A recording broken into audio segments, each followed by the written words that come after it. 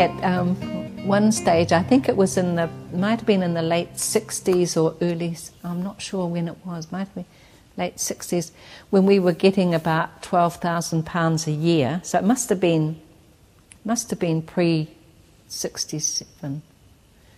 And then suddenly we got this rise, and we jumped from $12,000 to $27,000 a year. And we got this pay packet. I remember everybody couldn't believe their eyes. It was just a huge raise and one big jump.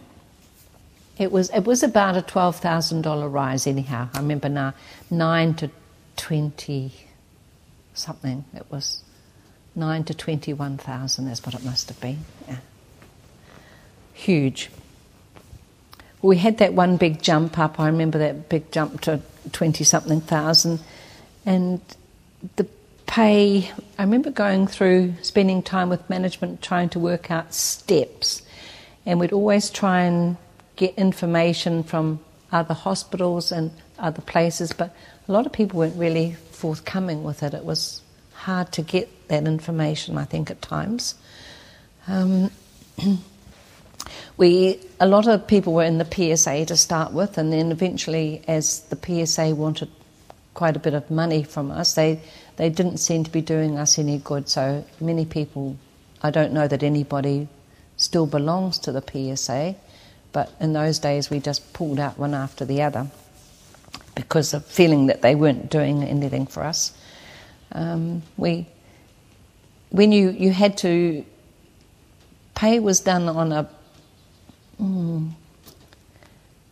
it was on a scale, of course, and you started, and then you went up every year. You went up a step until you went to so many steps, and then you had to take some responsibility for extra steps. And in latter days, with the contract system, you had to negotiate it, but it was always done on what the PSA had negotiated, or the nurses' union had negotiated with the nurses, because we virtually had parity with them, and then you could negotiate with them, with the management, and if you didn't get the money, you tried to negotiate the hours, some way of doing that. So,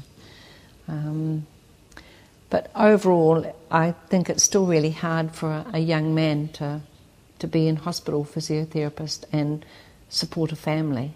That doesn't seem to be enough money for them to do that. I don't think that they get well paid enough for that. But for a married woman with a second income for a family, or for a husband and wife, I think they do quite well. And hence the lack of men in the hospital system.